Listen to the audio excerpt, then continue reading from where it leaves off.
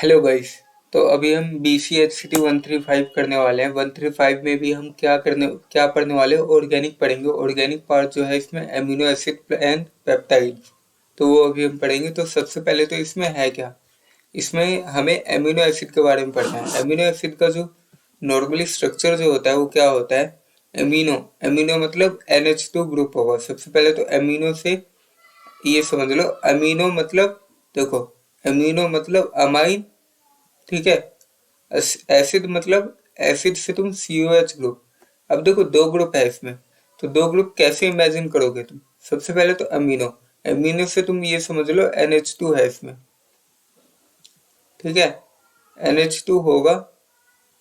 और एसिड से तुम क्या इमेजिन करो कि COH होगा इसमें, ठीक है। तो दो ग्रुप हमें पता चल गया इसमें होगा होगा ही होगा। तो अब इसका स्ट्रक्चर कैसे बनेगा, तो एमिनो एसिड से दो नाम हमें पता चल गया कि एमिनो से NH2 होगा और एसिड से COH होगा, ठीक है। तो अब जो स्ट्रक्चर इसका बनेगा हम यहाँ पे R लगा देते हैं, ठीक है। तो यहाँ पे एक कार्बन जो होगा वो जुड़ा ही होगा, उसके साथ हाइड्रोजन जुड़ा है, इसके साथ COH ग्रुप जुड़ा होगा।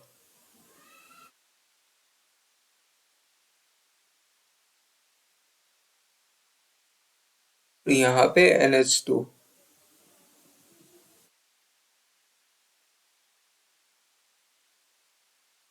माफ करना वो ठीक से नहीं बन रहा, पर कुछ ऐसा स्ट्रक्चर होगा जैसे कि यहाँ पे देख सकते हो। अब यहाँ पे आर की जगह तुम एच भी लगा सकते हो, वो तुम पे डिपेंड करता है, या फिर आर तुम्हारी कितनी भी बड़ी होगी। आर को हम बोलते हैं नॉर्मली एल्काइल बोलते हैं, ठीक है। एल्काइल चेन जितनी भी हो सकती है, ठीक है। अब इसके आगे देखते हो ये होता क्या है, आगे क्या चीज है क्या नहीं है, ठीक है। अब यहाँ पे देखो, इस UH के साथ वाले ग्रुप को हम साथ वाले कार्बन को हम बोलते हैं अल्फा कार्बन। और इसके पास जो हाइड्रोजन होगा, ये वाला जो हाइड्रोजन है, इसको हम बोलते हैं अल्फा हाइड्रोजन, ठीक है। अल्फा हाइड्रोजन ये जरूरत पड़ेगी आगे, तो इसलिए बता रहा हूँ। अब देखो फिजिकल आगे दे रखे, physical property of amino acid. सबसे पहले तो यहाँ पे दे रखा है एमिनो एसिड का स्ट्रक्चर दे रखा है, ठीक है। उसके नेम, कि एमिनो एसिड का नाम क्या होगा, एब्रीविएशन उसे बोल, 3 लेटर कोड में उसका लिखते कैसे उसको, या 1 लेटर कोड में कैसे एब्रीविएट करते हैं उसको, कैसे बोलते हैं कैसे लिखते हैं, ठीक है। सबसे सिंपल जो होता है यहाँ पे आर की जगह एच आ जाएगा, आर की जगह एच आएगा, तो फिर यहाँ इसको क्या बोलते हैं हम, ग्लाइसिन। ग्लाइसिन, ठीक है, ग्लाइसिन। अब देखो 3 लेटर में होता क्या नॉर्मली, कि इसके जो 3 लेटर होते हैं ना, उससे हम डिनोट करते हैं उसकी एब्रीविएशन को 3 लेटर में। तो देखो जैसे कि 3 लेटर में डिनोट करा है, पर इसमें ये चीज है कि पहला जो लेटर होगा वो कैपिटल होगा, और जो बाकी 2 लेटर जो होंगे वो स्मॉल होंगे। ऐसे देखो बाकियों में कर रखा है, कुछ एक्सेप्शन है, पर वो इसमें नहीं दे रखी मेरे हिसाब से। हाँ, इसमें नहीं है। तो इसलिए मैं इन्हें जितने भी एग्जाम्पल दे रखे हैं उन सबके लिए हम कह सकते हैं कि है ना, 3 लेटर में क्या होगा, 3 लेटर आएंगे, वो भी इसके नाम के, जैसे कि ग्लाइसिन है, ग्लाइसिन का 3 लेटर ग्लाई, शुरू के 3 लेटर ग्लाई, उसकी 3 लेटर कोड में ऑब्जर्वेशन वो एब्रीविएशन होगी, ठीक है। और उसमें भी ग्लाई में है ना, पहला लेटर जो होगा वो पॉजिटिव मतलब कैपिटल में होगा, ओके। समझ में आ गया। जैसे कि देखो अगर इसकी जगह हम दूसरा, यहाँ पे एच की जगह पे, मतलब आर की जगह पे CH3 ग्रुप लगाते हैं, तो इसको हम बोलते हैं 3 कार्बन हो गए, COH का कार्बन जोड़ लेंगे तो इसको हम बोलेंगे एलेनिन, ठीक है। फिर उसके बाद वेलाइन, यहाँ पे CH3 की जगह पे CH3, CH और CH3 ऐसा कुछ ग्रुप लगा देंगे, तो उसको हम बोलेंगे वेलाइन, ठीक है। VAL से डिनोट करेंगे इसको, और इसको ALA से डिनोट करेंगे 3rd लेटर में। और 1 लेटर में तो पहला लेटर लगा देना कैपिटल GAV, ठीक है। अब यहाँ पे देखो क्या है, हमने 4 कार्बन का ग्रुप लगा लिया। 4 कार्बन का कुछ ऐसा बनेगा, इसे ल्यूसाइन बोलते हैं। फिर isoleucine, methionine, proline, phenylamine, phenylalanine, tryptophan, serine, threonine, cystine, ठीक है। सब में देखो यहाँ पे CYS THR SCR TRP, ये एक्सेप्शन है इसलिए यहाँ पे TRP आया है, TRY नहीं आया, ये PH ही रहेगा। प्रो, प्रोलीन का प्रो, मिथियोनिन का मिथ, आइसोल्यूसाइन, आइसोल्यूसाइन भी एक्सेप्शन है इसलिए इसमें आइसो नहीं आया है, ILE आया है, ठीक है। एक्सेप्शन है ये दो, मतलब आइसोल्यूसाइन ILE से डिनोट करते हैं 3 लेटर में, और दूसरा कहाँ गया, हाँ ये TRP, ट्रिप्टोफैन।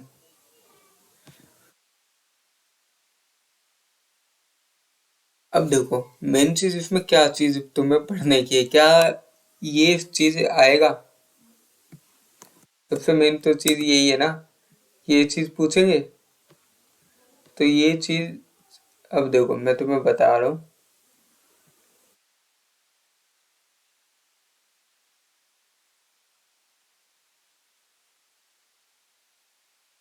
हम्म, क्या ये चीज पूछेंगे हम यहाँ पे थे, पूछ सकते हैं, बेशक हो सकता है तुमसे स्ट्रक्चर ना पूछे क्योंकि स्ट्रक्चर तो बहुत कॉम्प्लिकेटेड है, बहुत ज्यादा, तो इतना भी बेकार पेपर नहीं बनता है इनका, कि है ना स्ट्रक्चर, मतलब स्ट्रक्चर है ना ऐसा कुछ दे दे तो स्ट्रक्चर नहीं पूछ सकते, पर तुमसे ये 3 लेटर कोड और 1 लेटर कोड पूछ सकता है, ठीक है। तो ये याद रखना, और इसके लिए नाम याद करने पड़ेंगे तुम्हें, ट्रायोसिन का जैसे कि TYR होता है, ठीक है। ये एस्परजीन का होता है ASN, ग्लूटामाइन का GLN, ये एक्सेप्शन है ये दोनों एक्सेप्शन है, ठीक है।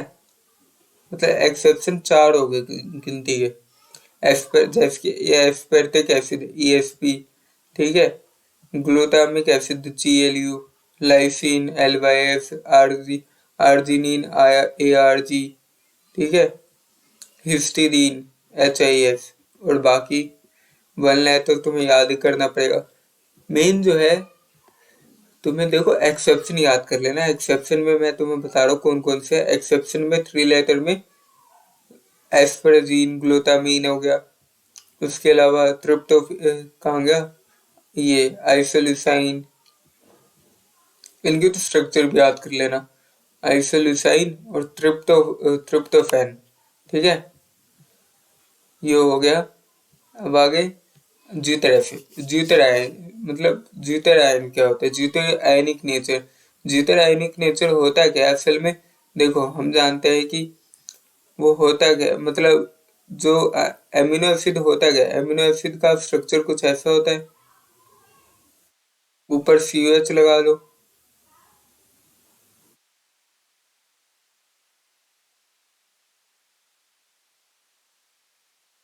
ठीक है,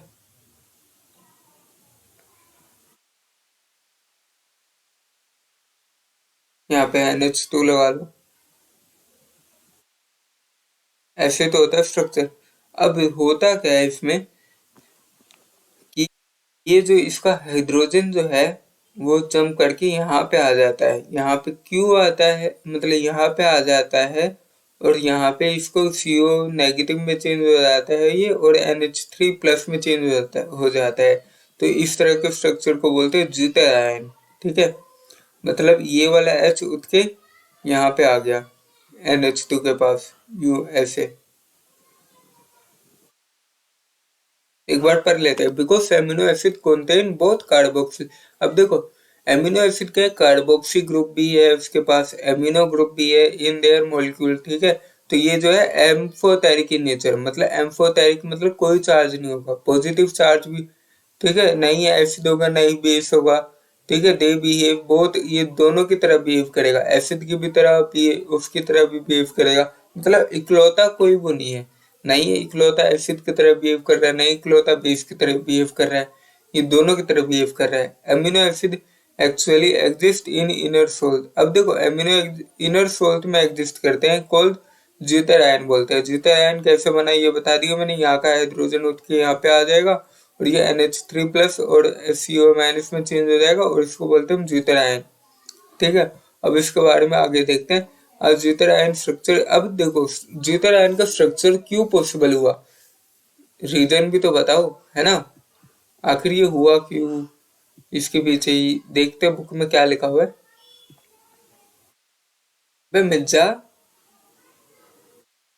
हाँ, तो बुक क्या कहती है हमारी? हमारी बुक कहती है कि possible of for amino acid।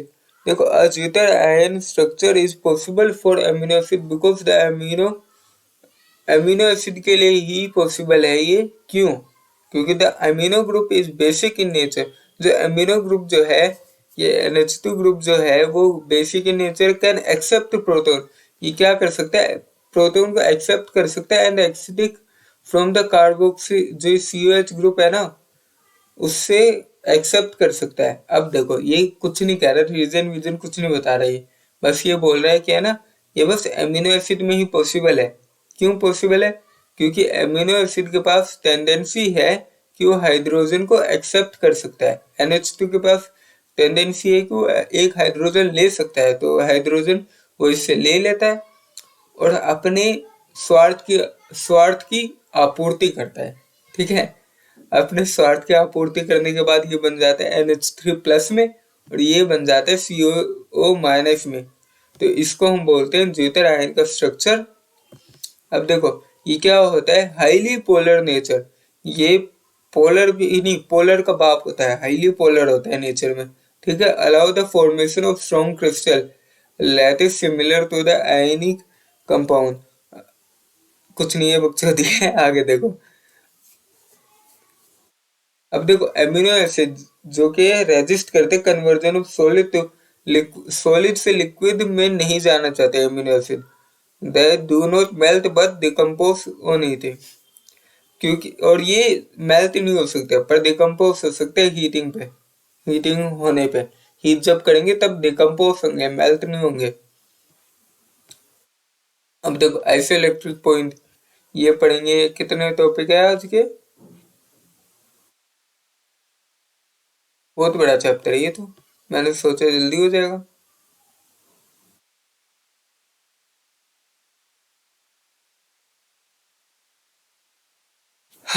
Start करते हैं, बहुत बड़ा है। हाँ देखो, ऐसे इलेक्ट्रिक पॉइंट सबसे पहले तो बुक पढ़ेंगे। बुक में क्या कहते हैं? Zwitter ion form of amino acid in more detail. You can see the zither ion so above the amino acid is proto। देखो, ये सब तो हमने बकचोदी पढ़ ली। प्रोटोनेट हो जाता है, NH2 में एक हाइड्रोजन जुड़ जाता है, कार्बोक्सिलिक ग्रुप से है ना, एक हाइड्रोजन चले जाता है तो कार्बोक्सिलेट आयन में चेंज हो जाता है। ये चीज लिखी हुई है। अब आगे देखते हैं। Third, the acidic group is substituted ammonium ion and the basic group is the carbon. अब देखो, जो ये प्लस वाला ग्रुप है ये एसिडिक हो गया और ये CO माइनस बेसिक। रुक जा, क्या बोल रहा है ये?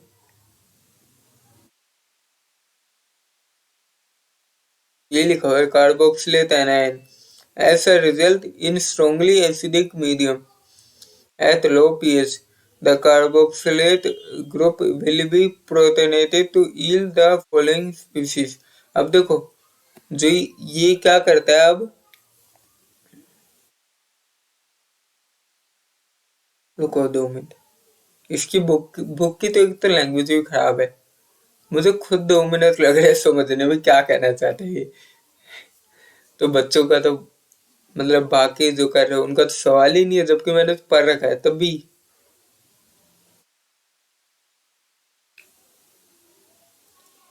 अब देखो, कुछ नहीं है।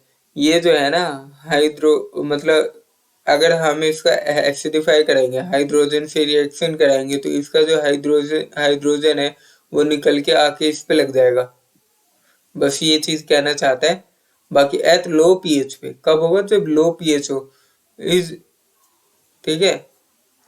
अब आगे देखते हैं। आगे आगे आगे आगे अगर मान लो यहाँ से हाइड्रोजन निकाले, डी प्रोटोनेट, यहाँ पे प्रोटोनेट किया, यहाँ पे डी प्रोटोनेट करेंगे स्ट्रॉन्गली बे। Next, consider a species present in strongly basic medium. अब देखो, पहले तो यहाँ पे ये रुक ये यहाँ पे स्ट्रॉन्गली एसिडिक मीडियम में, ठीक है, स्ट्रॉन्गली एसिडिक मीडियम में, ठीक है। तो स्ट्रॉन्गली एसिडिक मीडियम में होगा तो फिर क्या होगा, यहाँ पे एसिडिक मीडियम है तो मतलब H प्लस के H प्लस बहुत ज्यादा होंगे, ठीक है, ऑब्वियस सी बात है, H प्लस बहुत ज्यादा होंगे, तो एक H प्लस जाके इससे लग जाएगा, COH बन जाएगा। अब यहाँ पे स्ट्रॉन्गली बेसिक मीडियम हो गया। स्ट्रॉन्गली बेसिक मीडियम क्या करना चाहेगा, वो हाइड्रोजन लेना चाहेगा, हाइड्रोजन लेना चाहेगा। जितना आयन के पास हाइड्रोजन तो है नहीं, मतलब आयंस बन के टूटेंगे नहीं। यहाँ पे देखो कार्बन के साथ हाइड्रोजन है, पर ये आयंस बन के नहीं टूटेगा, मतलब नॉर्मली मुश्किल है। तो यहाँ पे सबसे आसान जो हाइड्रोजन दे सकता है ना, वो कौन है, NH3+। तो NH3+ से हाइड्रोजन ले लेता है स्ट्रॉन्गली बेसिक मीडियम की वजह से, अंडर दिस कंडीशन, ठीक है, एट हाई हाई पीएच। वहां पे लो पीएच था, ये हाई पीएच में होता है, ठीक है, high pH strongly basic medium, ठीक है। हाई पीएच मतलब तुम खुद समझ रहे हो, बेसिक मीडियम में ऑब्वियसली 7 से ज्यादा पीएच होगा, और स्ट्रॉन्गली बेसिक है तो ऑब्वियसली बात है पीएच हाई होगा, ठीक है। पीएच हाई होगा तो इसमें होता क्या है, हाइड्रोजन ले लेता है उससे NH3 से, और इसमें क्या आता है, CO का हाइड्रोजन दे देता है स्ट्रॉन्गली एसिडिक में। तो यही बात होती है कि है ना, ये NH2 में चेंज हो जाता है बस, स्पेसीज प्रेजेंट इन। तो ये था स्ट्रॉन्गली एसिडिक में क्या होता है, स्ट्रॉन्गली बेसिक में क्या होता है।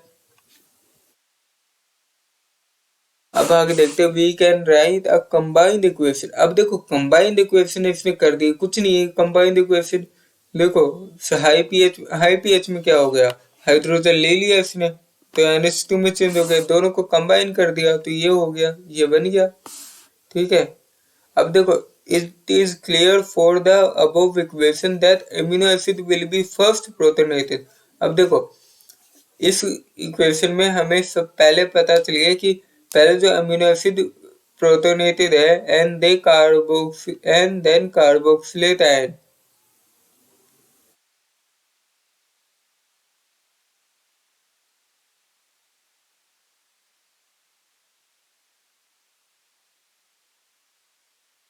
अब देखो आइसो इलेक्ट्रिक पॉइंट का क्या कह रहा है ये, जितना आयन जहाँ पे विद नो नेट चार्ज ना हो, रुक जा एक बार पढ़ लेते हैं यहाँ पे, ये क्या कह रहे हैं, it is clear that above the equation, जो ऊपर वाली इक्वेशन है, that the amino acid will be first protonated. Amino acid को पहले प्रोटोनेट किया गया, मतलब हाइड्रोजन दिया गया उसमें कि ले तो भाई हाइड्रोजन ले, एंड देन कार्बोक्सिलेट एनायन, और फिर कार्बोक्सिलेट एनायन को है ना प्रोटोनेट किया गया। ये शायद उल्टा कहना चाहता है, ये कहना चाहते हैं कि पहले तो NH3 से डी प्रोटोनेट किया, मतलब NH3 से है ना हाइड्रोजन लिया, और फिर कार्बोक्सिलेट आयन को हाइड्रोजन दिया, ठीक है, ऐसे कोई प्रोसेस है। Also at some intermediate pH, intermediate pH मतलब बीच का पीएच, ठीक है, जहाँ पे ना ही ज्यादा हाई हो ना ही ज्यादा कम होता है। Amino acid exist as zwitterion with no net charge.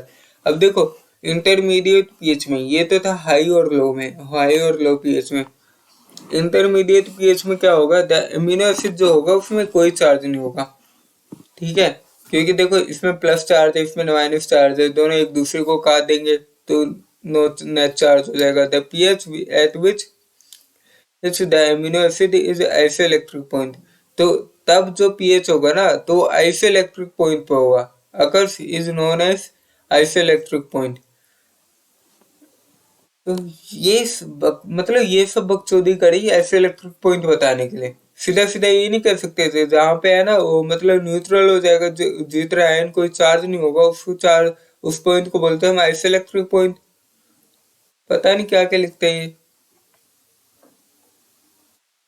अब देखो पी के हम बचपन से पढ़ते आए हैं, पी के की वैल्यू के हिसाब से निकाल रखे हैं इन्होंने, एसिडिक करेक्टर हम देखते थे, याद आया, पी के का यूज करके कि कौन ज्यादा एसिडिक है कौन ज्यादा बेसिक है, value corresponding mode acid side,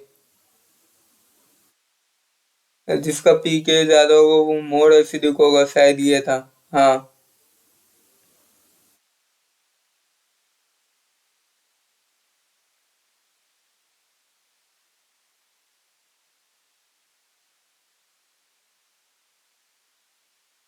देखो पीके की वैल्यू के हिसाब से है ना, ये निकाल रखा है।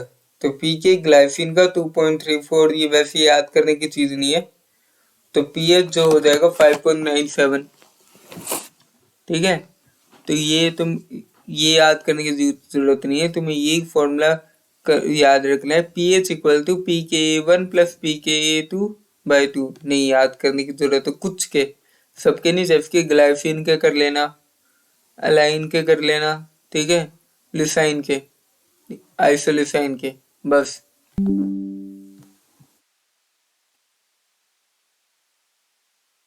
अब देखो stereo chemistry of amino acid, stereo chemistry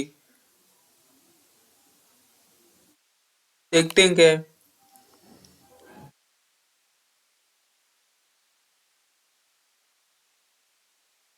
अब देखो with exception of to amino ethanoic acid, glycine को छोड़कर to amino acid have at least one, glycine को छोड़ के मतलब उसके अलावा सबके पास एक कायरल कार्बन होता है, ग्लाइसिन के पास इसलिए नहीं होता क्योंकि, ठीक है, ग्लाइसिन समझे, ग्लाइसिन को छोड़ के सबके पास एक कायरल कार्बन होता है।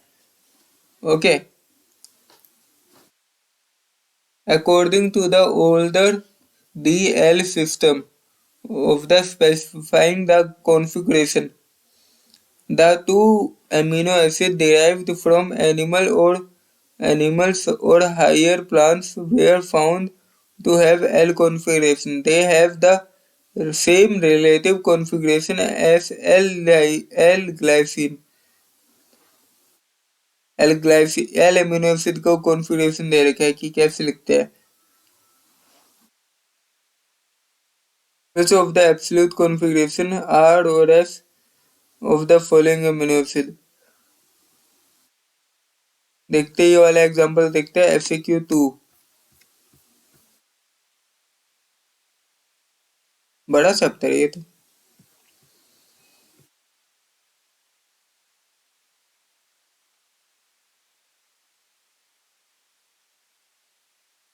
अब देखो द ऑर्डर ऑफ प्रायोरिटी क्या है, सबसे पहले तो H आएगा, मतलब उसके बाद CH2OH जाएगा, फिर CO, और सबसे ज्यादा NH3 प्लस की प्रायोरिटी है। ठीक है, तो ये कुछ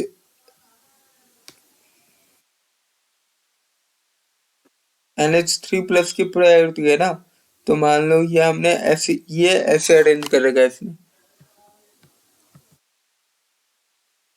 पर में NH3 प्लस मान लो, यहाँ पे लिखना ज्यादा दिक्कत हो जाएगी, N से डिनोट कर देते हैं। ठीक है, NH3 और यहाँ पे C, प्रायोरिटी ऑर्डर याद रखना, क्वेश्चन आ सकता है इस पे। और ये COH है मान लो, तो प्रायोरिटी ऑर्डर कैसे हो जाएगा, राइट हैंड साइड, तो ये कुछ ऐसा जाएगा। और ये क्या है, ये किस साइड है, एंटी क्लॉकवाइज है, क्लॉकवाइज है, एंटी क्लॉकवाइज है। तो एंटी क्लॉकवाइज है, तो हम जानते हैं एंटी क्लॉकवाइज का क्या होता है, एस, इक्वेशन जो हो जाएगी एस हो जाएगी। ये मत बोलना कि है ना, अब मुझे आंसर नहीं पता, सही में मुझे प्रायोरिटी ऑर्डर याद नहीं है, कि रियल बात बता रहा हूँ मुझे, क्योंकि काफी टाइम हो गए पेपर दिए हुए, तो प्रायोरिटी ऑर्डर याद नहीं था, इसलिए मैं सॉल्यूशन देख के बता रहा हूँ। क्योंकि अगर वैसे तो मुझे ये आता कि कैसे सॉल्यूशन करना है, पर प्रायोरिटी ऑर्डर याद नहीं था, अभी याद है। जैसे कि हाँ एच आएगा, सबसे कम प्रायोरिटी उसको देंगे, कौन से सब्स्टिट्यूएंट को कौन सी प्रायोरिटी देनी है, तो ये चीज याद रखना, क्या पता यही सेम क्वेश्चन पूछ सकता है, क्योंकि ज्यादा ऑप्शन नहीं देंगे, मतलब ज्यादा वो नहीं देंगे, डिफिकल्ट सा पेपर, तो हो सकता है ऐसे कोई क्वेश्चन दे देंगे, सारे सब्स्टिट्यूएंट की वो नहीं देंगे।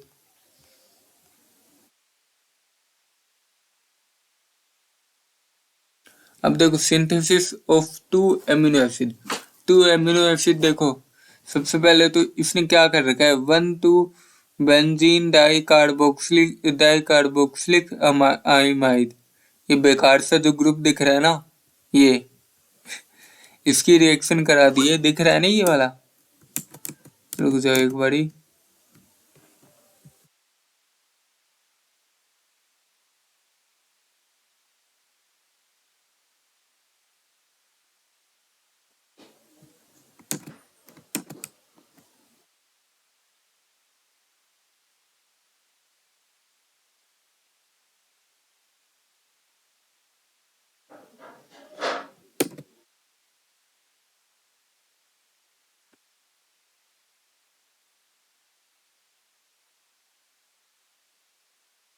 दिख रहा है ना ये ग्रुप, ये जो बेकार सा है इसका नाम है 1,2 बेंजीन डाइकार्ब या थैलीमाइड बोल सकते हैं डायरेक्टली, थैलीमाइड नाम है। इसकी रिएक्शन हमने कराई है di ethyl 2 bromo propane dioxide से। तो इसकी रिएक्शन ये है COCH3COO।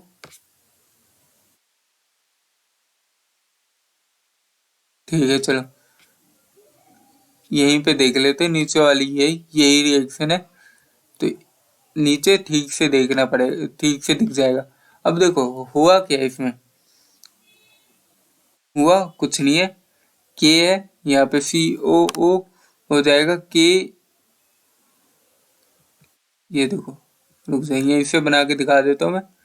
ये जो COO है ये और ये के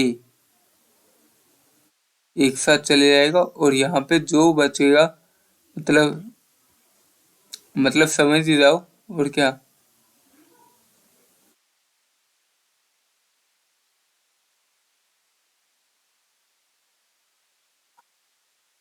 रुक जाओ वेट अ सेकेंड, मैं अभी बता देता हूँ। ये थोड़ा कंफ्यूजिंग है ये जो फिगर है।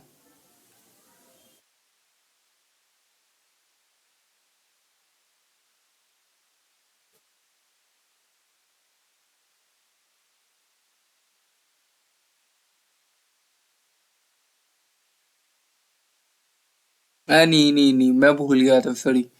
इसमें पहले और दूसरे, रुक जाओ मैं बता रहा हूँ, कन्फ्यूजन होगी थी मुझे भी, तो इसलिए मैं एक बारी बता देता हूँ, सही रहेगा। हम्म तो सबसे पहले तो ये बड़ा सा जो ग्रुप दिख रहा है ना, तुम इसको देखो ही मत, ठीक है। ये जो बड़ा सा जो ग्रुप है, तुम्हें पर ये याद रखना पड़ेगा कि बनता कैसे है, ये लिखना बार बार लिख के देखो। और ये जो है इसका नाम याद रखो, स्ट्रक्चर याद रखो। मैं रिएक्शन बता देता हूँ कि क्या मैकेनिज्म है इसमें। इसमें कुछ नहीं है, KBr अलग हो जाएगा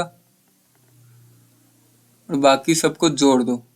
KBr को हटा के बाकी सबको जोड़ दो। जैसे कि देखो N के साथ इसका कार्बन जुड़ गया, कार्बन हाइड्रोजन, और फिर ये सेम ग्रुप यहाँ पे लिख दिया है, ठीक है। बस KBr अलग हो गया और कुछ नहीं अलग हुआ। बार बार बता रहा हूँ, KBr बस अलग हुआ है और कुछ नहीं। तो अब अगला देखते हैं। हम्म अगले रिएक्शन में क्या है, इसके बाद इसकी रिएक्शन जो हमने करा दी है CH3CONA के साथ रिएक्शन करा दिए। CH3CONA के साथ रिएक्शन कराने के बाद क्या होगा ये बताओ, बताओ बताओ बताओ, क्या करा रखा इसमें। देखो सबसे पहले जो रिएक्शन हो जाएगी, ये हो जाएगी एन।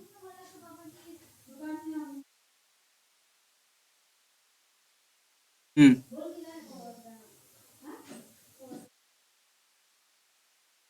हाँ ये देखो, यहाँ पे जो ये CH3CON है, ये जो पूरा ग्रुप है ना, ये H के साथ बाहर निकल जाएगा। तो ये अल्कोहल में बदल जाएगा, इथेनॉल में बदल जाएगा, और ये Na जाके इसके साथ जुड़ जाएगा। Na जाके इसके साथ जुड़ गया, फिर दूसरी रिएक्शन में दूसरे स्टेप में, दो स्टेप दे रखे इसमें, इसमें दे बता नहीं रखा। तो दूसरे स्टेप RX हो गया। यहाँ पे हमें बचाया क्या, यहाँ पे C के साथ एक Na लगा हुआ है, तो यहाँ पे प्लस RX है, RX फिर RX, फिर ये जो होगा दूसरे स्टेप में RX, यहाँ पे प्लस लिख देता हूँ RX। दूसरे स्टेप में जो ये X होगा ना, उसके Na के साथ जुड़ के ये निकल जाएगा NaX बन जाएगा ये, और R जो होगा इसके साथ जुड़ जाएगा। सिंपल सा तरीका है, तुम्हें इतना बड़ा बड़ा कुछ नहीं देखना होगा। बहुत कंफ्यूजन होती है इसमें नॉर्मली सी। मैं अगली में ना ये पूरा लिख के बता दूंगा कि कैसे क्या है। इसमें बहुत प्रॉब्लम हो रही है लिखने में, तो इसलिए मैं बस बता रहा हूँ कि कैसे क्या रिएक्शन है, मेथड क्या है। ध्यान से देखो समझ में आ जाएगा। तो बस यहाँ पे R लगाना है, ठीक है। तो अब दोबारा बता दे तो कि क्या चक्कर है यहाँ पे। देखो CH3CH2ONA की प्रेजेंस पे इसकी रिएक्शन कराई। अब देखो रिएक्शन कराई और दूसरी रिएक्शन जो होगी RX में होगी। पहली रिएक्शन में क्या होगा, ये जो CH3, देखो सबसे पहले तो भाग पहला और दूसरा इसको भूल ही जाओ, जो करना है इसी के साथ करना है, समझे, इसके अलावा और किसी के साथ नहीं करना। ओके, अभी तो नहीं करना, अभी तक 2 स्टेप में। तो CH3CONA, तो अब पहले में क्या होगा, Na वो CH3CH2OH बाहर ने चला जाएगा और Na यहाँ पे लग जाएगा, इसकी जगह पे क्या लग जाएगा, Na।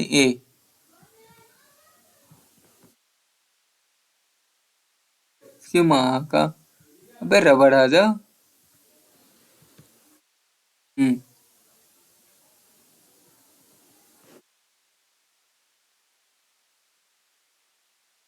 यहाँ पे क्या आ जाएगा, Na आ जाएगा H की जगह पे, ठीक है, Na आ गया। अब दूसरी रिएक्शन में क्या हो जाएगा, Na और X निकल जाएगा, NaX बाहर आ जाएगा और R लग जाएगा उसकी जगह पे। ये है कॉन्सेप्ट इस रिएक्शन का। तुम्हें बस इस, देखो इस रिएक्शन में कोई दिक्कत नहीं है, तुम्हें बस स्ट्रक्चर याद रखना है, बाकी रिएक्शन आसान है, कोई मुश्किल वाली मुश्किल नहीं है इसमें, ठीक है। बस ये याद रखना होगा कि ये चीज क्या है, इसका नाम क्या है, पोटेशियम थैलेमाइड, ये नाम याद रखना। और या फिर पोटेशियम 1,2 बेंजीन डाइकार्बोक्सिलिक, 1,2 इसलिए डाइकार्बोक्सिलिक अमाइड डाइकार्बोक्सिलिक, देख रहे हैं यहाँ पे 2 कार्बन है, तो इसलिए याद करने में भी आसानी है, वैसे इसमें ज्यादा कुछ नहीं है। अब देखो इसके बाद वाला स्टेप क्या है, यहाँ तक का समझ में आ गया, सिंपल सादी बात है, कुछ नहीं करा हमने, बस बीच वाले कार्बन में है ना छेड़छाड़ करी है। अब दूसरे में हमने क्या करा, H प्लस मतलब एसिडिफाई कर दिया उसको, H+ की जहां बात आ रही है मतलब एसिडिफिकेशन कर दिया उसका, एसिडिक ग्रुप बना दिया। अब चाहे तुम देखो एसिडिफाई करोगे, COO वाले जितने भी ग्रुप है ना, चाहे इसके साथ कुछ भी लगा हो, एसिडिफाई करोगे तो यहाँ पे COOH आ जाएगा। ओके, तो ये चीज हमेशा याद रखना कि एसिडिफाई जिस भी रिएक्शन को करोगे, यहाँ पे COO कुछ भी हो उससे मतलब नहीं है, COO हो और यहाँ पे कुछ भी लगा दो तुम, कोई सा भी R, कोई सी भी वैल्यू लगा दो, अगर उसको एसिडिफाई करोगे H+, बाकी तो देखो ही मत, बाकी तो मैं बोल रहा हूँ देखो ही मत, H+ देखो बस, H+ को मतलब एसिडिफाई करोगे तो यहाँ पे COOH आ जाएगा और दूसरी जगह पे भी COH आ जाएगा, बस ये चीज है।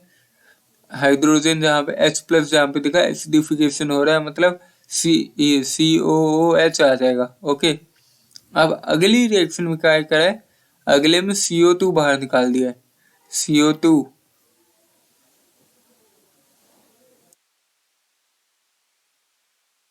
अब कहाँ से निकलेंगे बाहर, ये चीज है ना, CO2 ये चीज रहता है मारने वाली है, इसका कोई कॉन्सेप्ट नहीं है, इसका कोई कॉन्सेप्ट नहीं है इस रिएक्शन का। इस रिएक्शन में है ना, किसी में से भी तुम चाहे ऊपर वाली से चाहे नीचे वाली से CO2 बाहर निकाल दो, ठीक है। तो CO2 बाहर निकाल दो, CO2 बाहर निकल गया और यहाँ पे बचेगा ऐसा कुछ ग्रुप बचेगा, ठीक है। मैं तुम्हें नाम याद रखने के लिए नहीं कह रहा, बस मैं ये कह रहा हूँ कि तुम पहला वाला स्ट्रक्चर याद रखो, बाकी इसके अलावा कुछ रटने की जरूरत नहीं है, पहला वाला स्ट्रक्चर, ठीक है। क्योंकि बाकी देखो यहाँ तक तो कोई प्रॉब्लम नहीं होगी, यहाँ तक तो सीधा सीधा कॉन्सेप्ट है, यहाँ तक तो सीधा सीधा कॉन्सेप्ट है। इसके बाद बस CO2 बाहर निकाल देना है बस, वो भी इतना सही है काम, याद भी रख सकते हो तुम। इसके बाद देखो यहाँ पे H+ और H2O करा, H+ और H2O।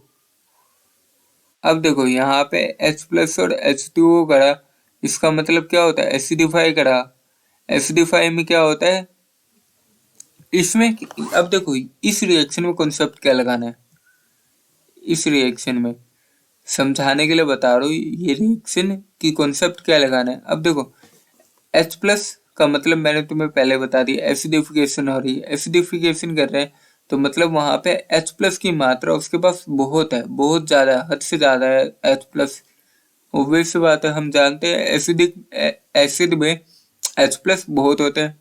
ओके, अब देखो H+ बहुत सारे हैं, तो हुआ क्या, उनमें से 2 H+ जाके इसके साथ जुड़ के, तो ये NH2 में चेंज हो गया और बस ये ग्रुप बेकार गया, बाकी सब ये जो सब हट गया, इसकी जगह 2 H+ आके जुड़ गए। बस ये चीज याद रखनी है। और ये 2 एमिनो एसिड को प्रिपेयर कैसे करा, शायद ये है वो गैब्रियल थैलेमाइड से ये कैसे प्रिपेयर करा है। ठीक है, गैब्रियल थैलेमाइड से कैसे प्रिपेयर करा, मैंने नॉर्मली जो पूरी रिएक्शन बता दी है कि कैसे करना है, पर 2 स्टेप जो होंगे उसमें याद करने का, और वो भी ज्यादा कुछ याद करने में है नहीं, तो इसलिए मैं अब दोबारा तुम्हें बता देता हूँ कि इसमें हुआ क्या। अब देखो, इस बारे में बोल के बताऊंगा। अब सबसे पहले तो हमने लिया, तो सबसे पहले जो हमने लिया ना वो तुम्हें याद रखना पड़ेगा। जैसे कि हमने एक लिया 2 प्रोमो प्रोपेन डाई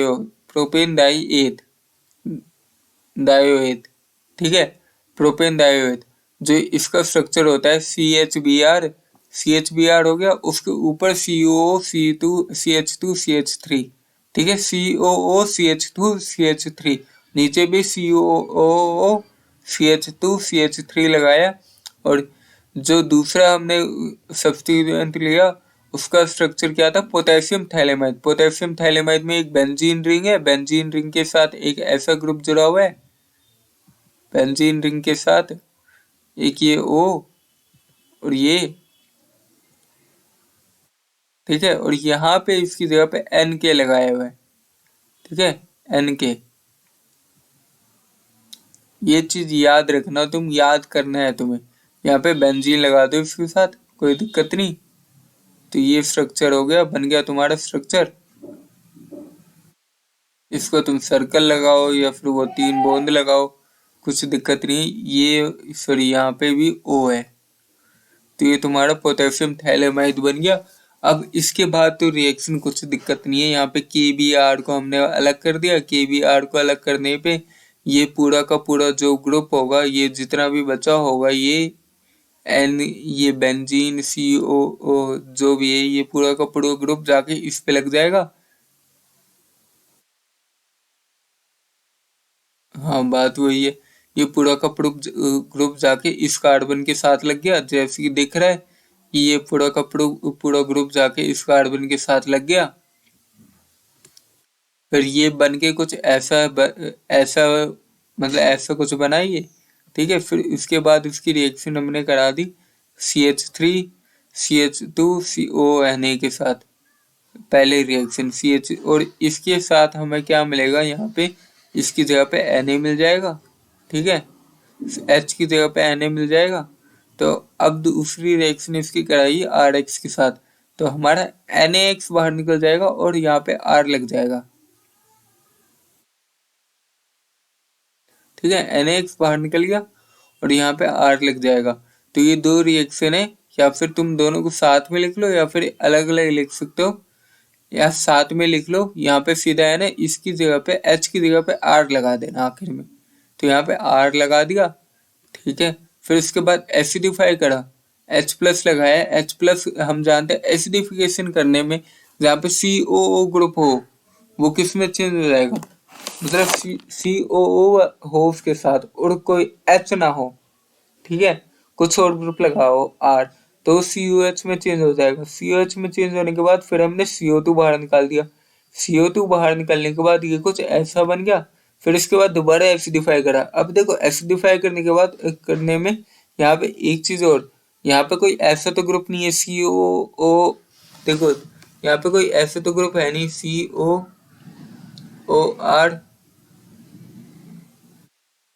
है ना, जो R ऐसा कोई ग्रुप है नहीं। तो अगर ऐसा ग्रुप होता तो फिर चेंज हो जाता वो COH में, पर यहाँ पे है नहीं ऐसा कोई ग्रुप, तो ऐसा कोई ग्रुप नहीं है, तो फिर ये क्या होगा, NH2 में चेंज हो जाएगा, मतलब जो इसके पास हाइड्रोजन जो है ना वो दे देगा इसको NH को, और यहाँ पे ये बाकी सारे ग्रुप हट जाएगा और ये NH2 में चेंज हो जाएगा, ठीक है। तो ये होगी पूरी गिबरेलिक थैलेमाइड की रिएक्शन। बड़ा बेकार था यार। अब देखो यही चीज यहाँ पे कर रही है, यही बकचोदी है। देखो यहाँ पे CH2C2H5ONA से रिएक्शन कराई, फिर आर, देखो दूसरी रिएक्शन RX से करा दी।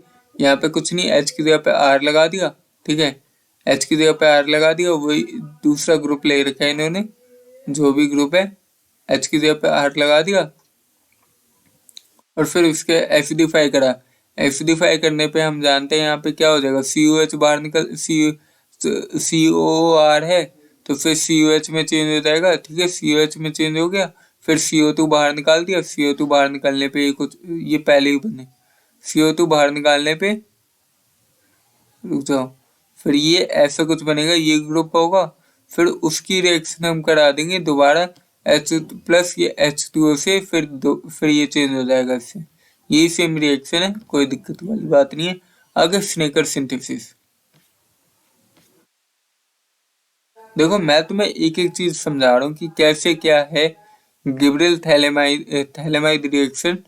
बिल्कुल मैंने देते समझाई है कि क्या चीज है, कैसे करना है। अब देखो ये वाली रिएक्शन RCH, ये स्ट्रिकर सिंथेसिस रिएक्शन है।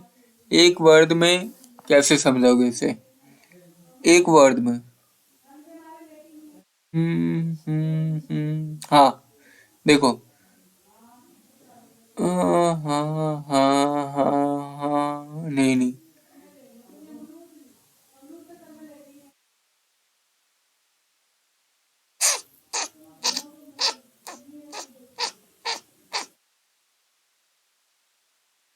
नहीं होगा, एक वर्ड में नहीं आएगा, ये बहुत स्टेप है इसमें। तो स्टिकर सिंथेसिस रिएक्शन। अब देखो इसमें क्या है, हमने सबसे पहले तो लिया कि इथेनॉल लिया, इथेनॉल CH3COH, ठीक है। अब इसकी रिएक्शन हमने सबसे पहले जो कराई NH3 के साथ कराई। NH3 के साथ रिएक्शन कराने पे यहाँ पे देखो NH3 के पास होता क्या है, NH2 और एक H प्लस होता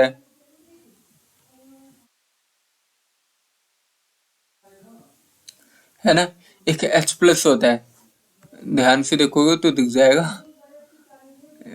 ये मैं गलती से मैंने कुछ भी बना दिया है। तो NH3 के पास जो होता है NH2 और एक H प्लस होता है।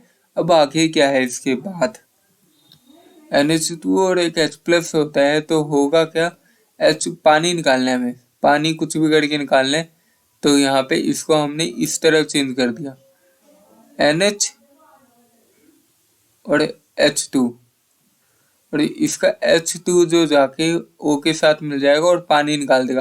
पहली रिएक्शन में तुम ये याद रखना, पानी निकालना है, और एमिनो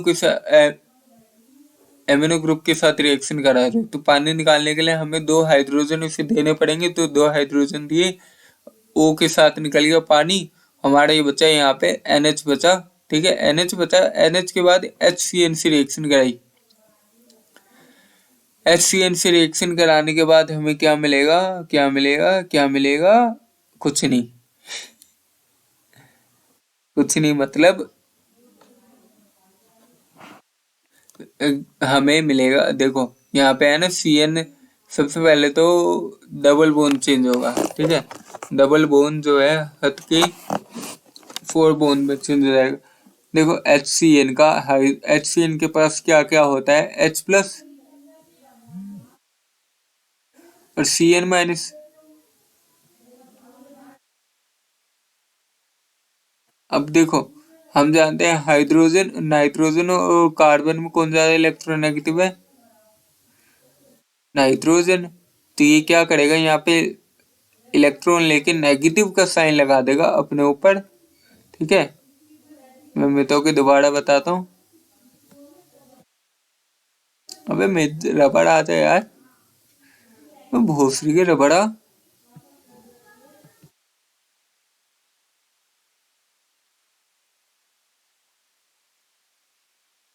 हाँ अब देखो ये जो है अपना डबल बॉन्ड इसको देगा, एक सिंगल बॉन्ड देगा और यहाँ पे एक माइनस चार्ज आ जाएगा। ठीक है, माइनस चार्ज है, यहाँ पे एक हाइड्रोजन के पास प्लस चार्ज है ना, प्लस चार्ज है हाइड्रोजन के पास, एक प्लस चार्ज है, तो फिर ये प्लस माइनस अट्रैक्ट होंगे तो ये NH2 में चेंज हो जाएगा और ये NH2 में चेंज हो गया। अब यहाँ पे Cn बचा, Cn के पास माइनस चार्ज है, माइनस चार्ज है। अब देखो, ये अगर यहाँ पे ये माइनस में चेंज हुआ तो ये भी तो प्लस में चेंज होगा, ये कार्बन भी तो प्लस में चेंज होगा, है ना, ये कार्बन प्लस में चेंज हुआ। अब देखो, वैसे बनाने का कोई और तरीका नहीं है तो इसलिए मैं इसमें बना रहा हूँ, समझने की थोड़ा कोशिश करना। तो कार्बन जो है प्लस में चेंज होगा तो ये माइनस है, प्लस माइनस अट्रैक्ट होंगे तो ये जाके इस कार्बन पे लग जाएगा। प्लस माइनस का खेल है और कुछ नहीं है। नाइट्रोजन पे माइनस साइन है और हाइड्रोजन पे प्लस साइन है, तो प्लस माइनस अट्रैक्ट हुए और यही सी कार्बन पे पॉजिटिव साइन है और Cn पे नेगेटिव साइन है, तो प्लस माइनस अट्रैक्ट हुए, तो कुल मिला के बाद में जाके ऐसा स्ट्रक्चर बन जाएगा। ठीक है, फिर इसके बाद H प्लस मतलब मैंने तुम्हें साफ बता दिया, मतलब एसिडिफिकेशन कर रहा है। और हम सब जानते हैं, 12th क्लास से पढ़ते आए हैं हम, जब भी Cn का एसिडिफिकेशन कराते हैं तो COH में चेंज हो जाता है, तो लो बन गया हमारा ग्रुप, है ना, बन गया हमारा ग्रुप, बन गया हमारा अमीनो एसिड। ठीक है, अमीनो लेदिक हम बना के रहे, अमीनो एसिड बना रहे, दोबारा बना देता हूँ, दोबारा बता देता हूँ मैं तुम्हें। मेन जो करना क्या है, ये रिएक्शन याद करने के लिए, रिएक्शन का कॉन्सेप्ट कुछ नहीं है, कॉन्सेप्ट बचकाना चाहिए तुम्हें, बस ये याद रखना है कि हम यूज क्या कर रहे हैं। स्ट्रेकर सिंथेसिस में उसने सबसे पहले साले ने क्या यूज करा था, या फिर गिब्रिल थैलेमाइड में क्या यूज करा था, ये सब याद रखना है। ये रिएक्शन कभी चेंज नहीं होगी, समझे, ये रिएक्शन ऐसी ही पढ़नी है, तो इसलिए है ना, प्रोडक्ट तो कम से कम ये याद रखने पड़ेंगे तुम्हें। बाकी रिएक्शन के कॉन्सेप्ट वगैरह थोड़े आसान करा सकता हूँ।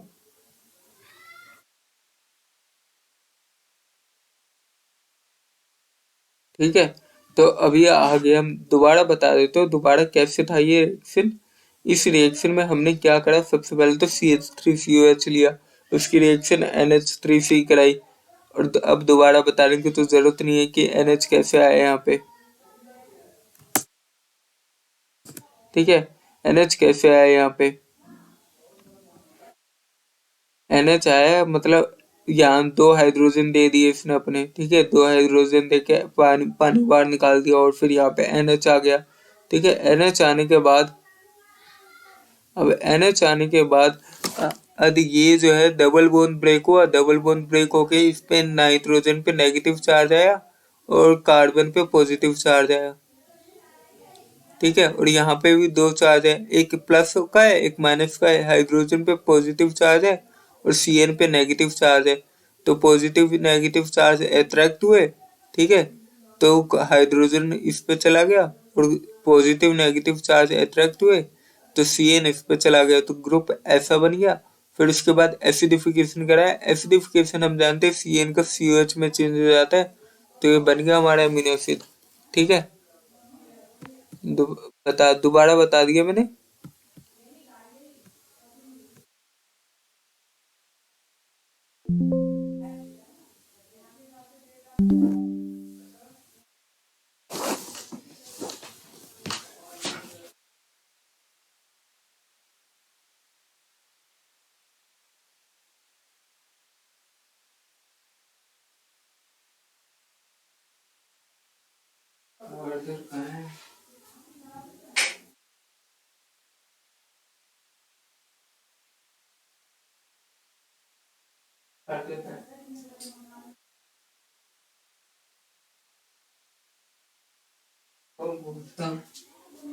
चार से कहाँ है?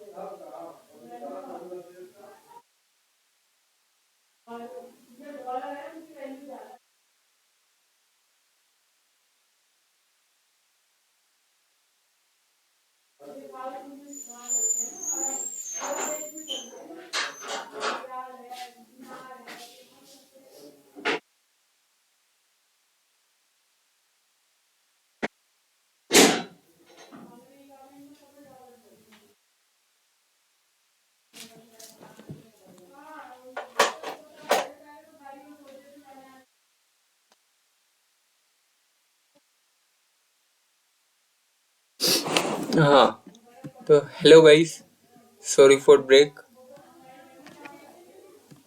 थोड़ी देर का ब्रेक ले लिया था। अब आगे देखते हैं। अब देखो फ्रॉम अब देखो दो टू हेलो एसिड से कैसे बनता है। हमने इसमें क्या लिखा, टू प्रोपोनिक एसिड। ठीक है,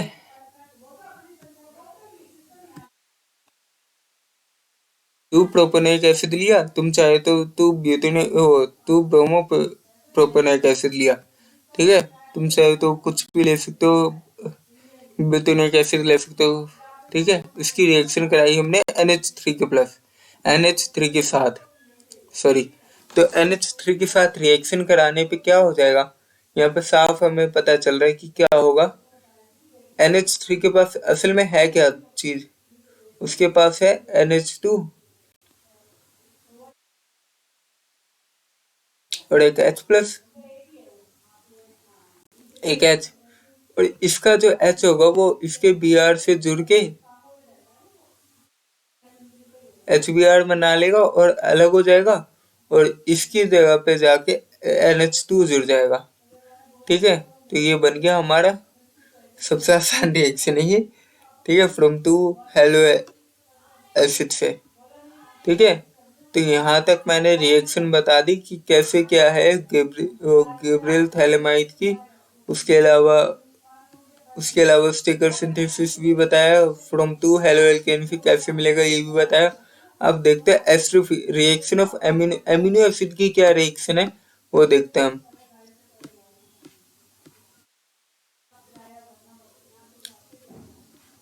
आज के लिए यहीं तक करेंगे हम। क्या है ये, रिएक्शन ऑफ एमिनो एसिड तक। बाकी कल परसों देखेंगे, कल या परसों, जब भी अगली वीडियो रिलीज करूंगा मैं। कहाँ गया, ये रहा। रिएक्शन ऑफ एमिनो एसिड से सबसे पहले तो एस्ट्रिफिकेशन दे रखी है। एस्ट्रिफिकेशन हम पहले तो सबसे पहले तो एमिनो एसिड ग्रुप ले लेंगे। ठीक है, एमिनो एसिड में इसने ज्यूटारायन ले लिया है, ज्यूटारायन ले लिया। ठीक है, ज्यूटारायन का रिएक्शन स्ट्रक्चर हम अभी तक तो याद हो गया होगा। ठीक है, उसकी रिएक्शन कराई एल्कोहल से। अब हम ये सब जानते हैं कि है ना, एस्ट्रिफिकेशन में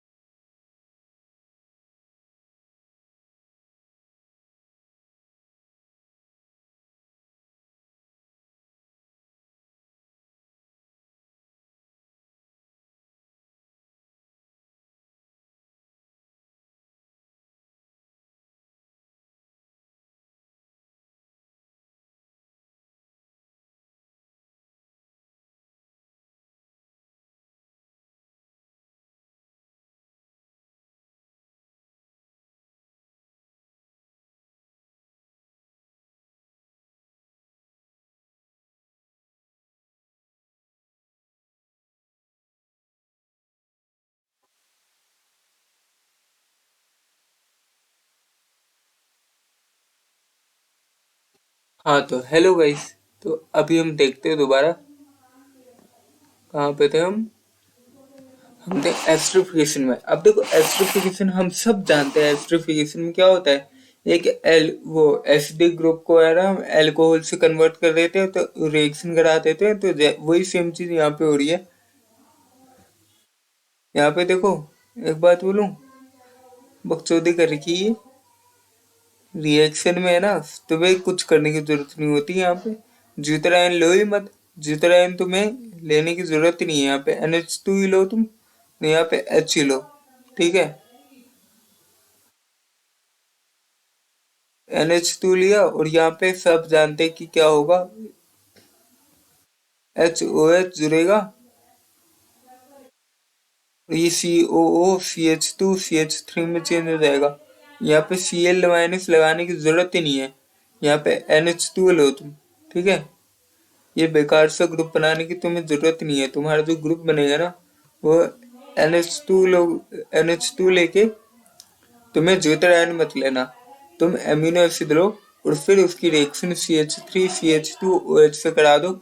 इसमें से H निकलेगा, उसमें से OH निकलेगा, और जो ऊपर बस यहाँ पे NH3 की जगह NH2 कर देना, बाकी और Cl मत लगाना। ये बाकी जो कंपाउंड बनेगा वो सेम बनेगा, ओके।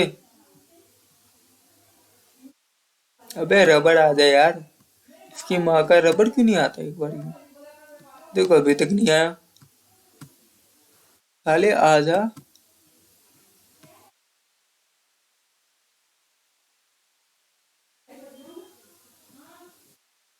ये एस्ट्रिफिकेशन आ गई।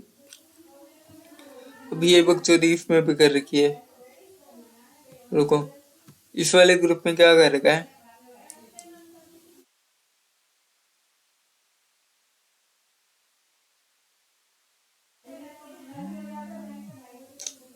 मुझे भी समझने दो।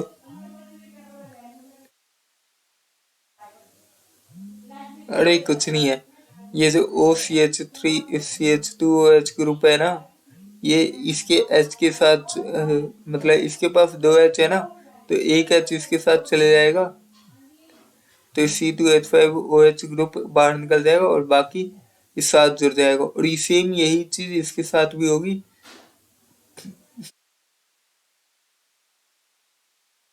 सेम यही चीज यहाँ पे भी होगी H से, और ये CH2OH अलग चले जाएगा और यहाँ पे NH जुड़ जाएगा, ठीक है। तो ये बात होगी, तो कुल मिला के साइक्लिक कुल मिला के दो C2H5OH बाहर निकल जाएंगे और कुछ ऐसा स्ट्रक्चर बन जाएगा। इतने हैं यार रिएक्शन, ठीक है, दो ही बचे हुए हैं, जल्दी जल्दी खत्म करते हैं फिर आगे देखेंगे। अब देखो, सबसे पहले तो एल्केनोइलेशन एल्केनोइलेशन या एल्काइलेशन में बहुत फर्क है।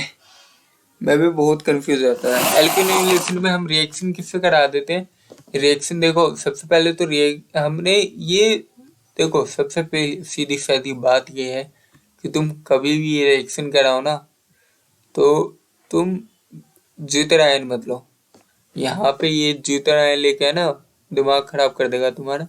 NH2 लो और ये यहाँ पे H लो, ठीक है। H लिया, फिर साफ पता चल रहा है यहाँ से HCl बाहर निकल जाएगा, HCl इसका और H इसका, बाकी सबको जो रुक जाओ, हाँ बाकी सबको जोड़ दो बस। नहीं नहीं रुक जाओ रुक जाओ रुक जाओ रुक जाओ रुक जाओ, मैंने कुछ गलती कर दी।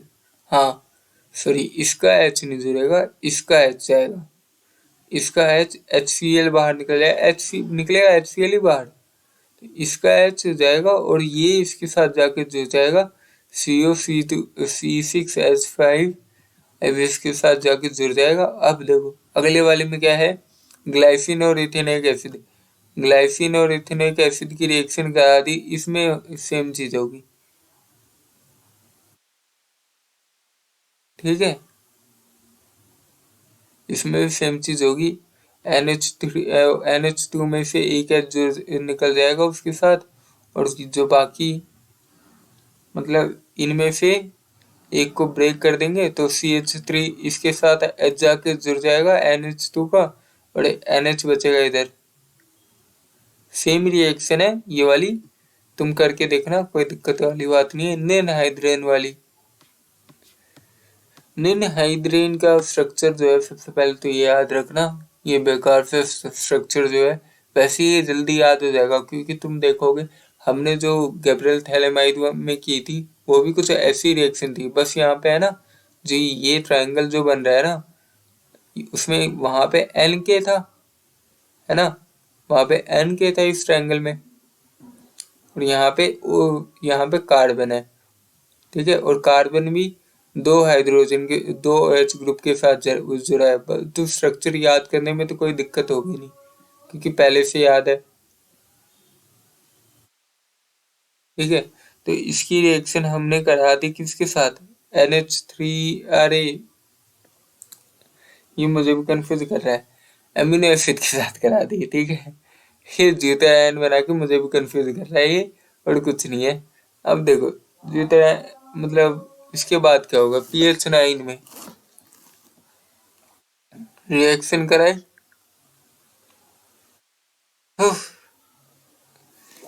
अब इस केस में इसका कोई रोल नहीं है, समझ गए, इसका कोई रोल नहीं है। रोल किसका है, रुको रुको रुको रुको रुको रुको रुको, ये वाली रिएक्शन मुझे बना के दिखानी पड़ेगी। तो ये वाली रिएक्शन मैं अगली वीडियो में करके दिखाऊंगा, क्योंकि अभी मैं अगली वीडियो में फोन से बनाऊंगा, तो इसलिए ना करके बना दूंगा। अभी तो लैपटॉप से कर रहा हूँ, इसलिए खुद से नहीं कर पाऊंगा। और ऐसे नोट करके है ना तुम्हें रिएक्शन बताने में बहुत दिक्कत हो जाएगी, तो इसलिए है ना ये मैं नेक्स्ट क्लास में कराऊंगा। तो नेक्स्ट क्लास में अगर कोई देखेगा तो बता देना मुझे कि नेक्स्ट क्लास में ये मैंने बोला था करने के लिए। नेक्स्ट क्लास में मैं तुम्हें करके दिखाऊंगा, तभी समझ में आएगी, ऐसे नहीं आएगी। ये वाली होमवर्क में कर लेना, होमवर्क।